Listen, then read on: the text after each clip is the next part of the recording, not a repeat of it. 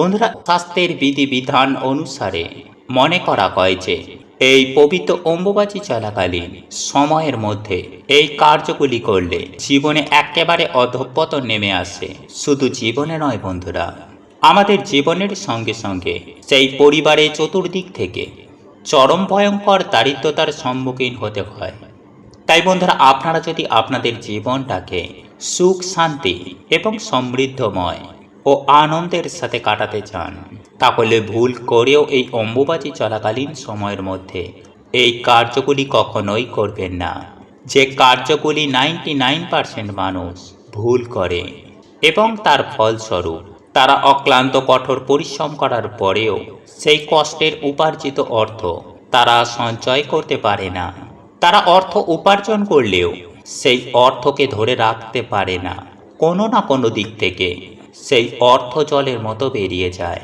শুধু তাই নয় বন্ধুরা, একই সঙ্গে সেই পরিবারের নানান দিক থেকে নানান সমস্যা ঘিরে ধরে এবং সেই পরিবারে রোগ ব্যাধি থেকে শুরু করে সামাজিক মান সম্মান সমস্ত দিক থেকে সেই পরিবারকে আষ্টে পিষ্টে জড়িয়ে ধরে, যেখান থেকে আপনারা চাইলেও সহজে বেরিয়ে আসতে পারবেন না। তাই বন্ধুরা, এই অম্বুবাচী চলাকালীন, আর এই অম্বুবাচী বছরে কোন দিন পড়ে তা আমাদের সকলেরই জানা থাকে, কারণ কথিত আছে কিসের বার কিসের তিথি, আষাঢ় মাসের 7 তারিখ অম্বুবাচী। হ্যাঁ বন্ধুরা, মান্যতা আছে যে আষাঢ় মাসে যখন সূর্যদেব আদ্রা নক্ষত্রে প্রবেশ করে তখনই ঋতুমতী হন মাতা ধরিত্রী দেবী, আর এই সময়ই পালিত হয় অম্বুবাচী উৎসব। আর এই বছর অম্বুবাচী শুরু হচ্ছে 7ই আষাঢ় 1431 বঙ্গাব্দ, 22 জুন 2024 ইংরাজির শনিবার। সেই দিন সকাল 8:43:39 গতে অম্বুবাচীর প্রবৃত্তি, আর অম্বুবাচী নিবৃত্তি হবে, অর্থাৎ অম্বুবাচী শেষ হবে 10ই আষাঢ় 1431 বঙ্গাব্দ, 25 জুন 2024 শনিবার রাত্রি 9:07:19 গতে অম্বুবাচীর নিবৃত্তি, অর্থাৎ অম্বুবাচী শেষ হবে।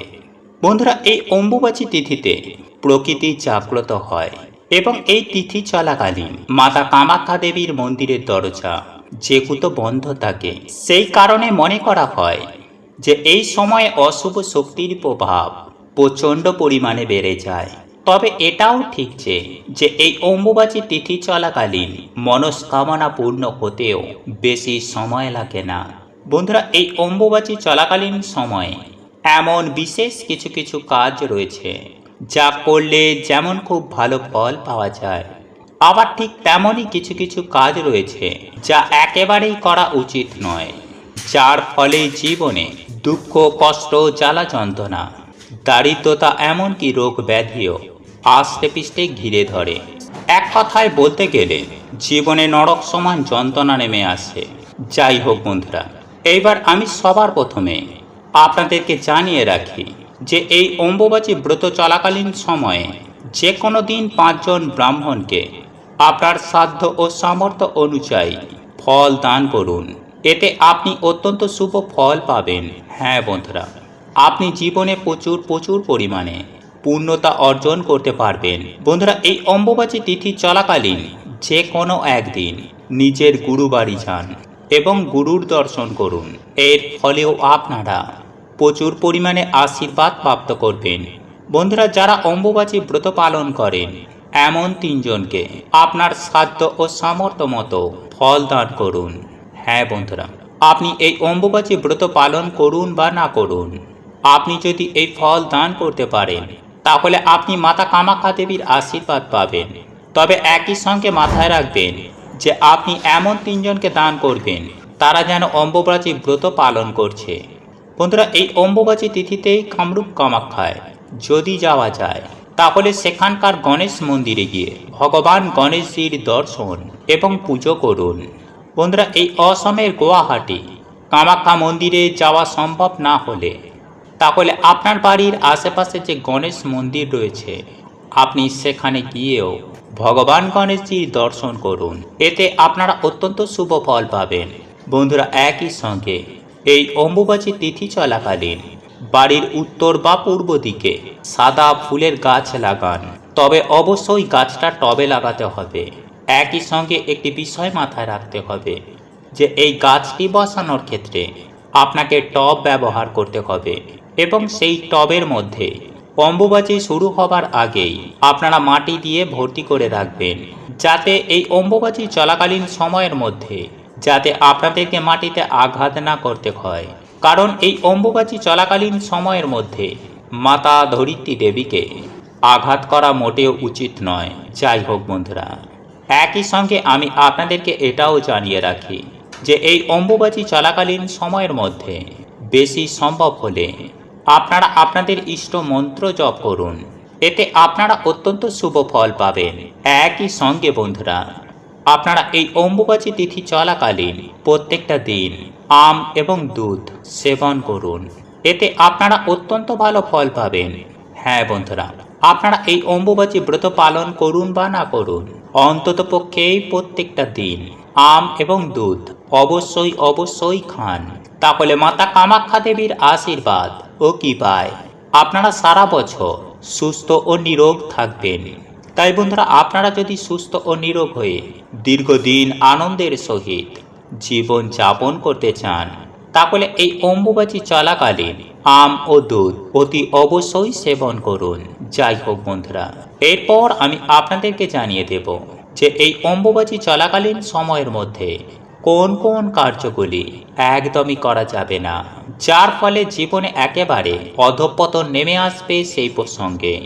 বন্ধুরা, শাস্ত্রের বিধিবিধান অনুসারে গৃহপ্রবেশ, বিবাহ বা কোনো রকমের শুভ কাজজনিত কার্য একদমই করা নিষেধ। কারণ এই সময়ে মায়ের 51টি সতীপীঠের মধ্যে কামরূপ কামাখ্যা মন্দিরে মা রজস্বলা হন। আর এই রজস্বলা চলাকালীন মায়ের গর্ভগৃহে একটি যে যোনির আকারে একটি শিলাখণ্ড রয়েছে তা সাদা কাপড় দিয়ে ঢেকে দেওয়া হয়। তারপর মন্দিরের দরজা বাইরে থেকে বন্ধ করে দেওয়া হয়। তাই এই সময়কালীন কোনো রকমের কোনো শুভ কার্য করতে নেই। মানা হয় এই সময়ে অশুভ শক্তির সংখ্যা বৃদ্ধি পায়। নাম্বার 2, বন্ধুরা, এই সময়ে অযথা মাটি খুঁড়বেন না বা বৃক্ষরোপণ করবেন না, কারণ এই সময়ে ধরিত্রী মাতা রজস্বলা হন। নাম্বার 3, যাদের বাড়িতে মা আদি শক্তির বিভিন্ন রূপের পুজো অর্চনা হয় তারা অবশ্যই মূর্তি বা ঘট লাল কাপড় দিয়ে ঢেকে রেখে দেবেন।